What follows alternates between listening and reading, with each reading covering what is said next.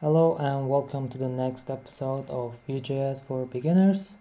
In today's video I will show you how to install Vue, create a new project, and then we will take a look at the folder structure and check out some basic components that comes with the installation. Before we start, you will need to make sure that you have Node.js installed on your computer. To check this, open up your terminal and type node-v, and this should print out your version, and if you don't have it, you can go to the official website and install the latest stable version. Now, to install Vue, open up your editor of choice and go to the terminal, type npm init vue add latest, and it should ask for a project name. If you don't type anything, the default will be Vue project, and it's okay for now. And it will ask a bunch of stuff for the project configuration, but we don't need any of this for now, so we will skip all of them. And let's go to our project, install our dependencies,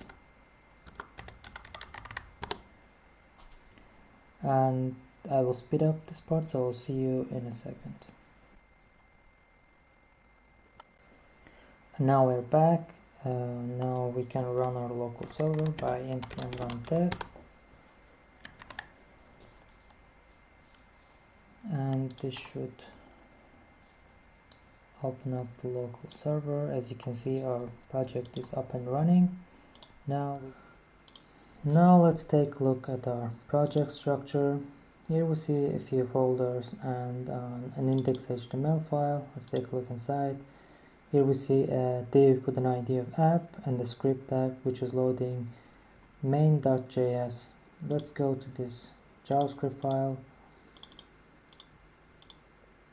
This is how we will create our Vue instance. We need to import create app, our root component, and we need to pass this root component to create app, and it should be mounted to a root container, in this case our div with an ID of app.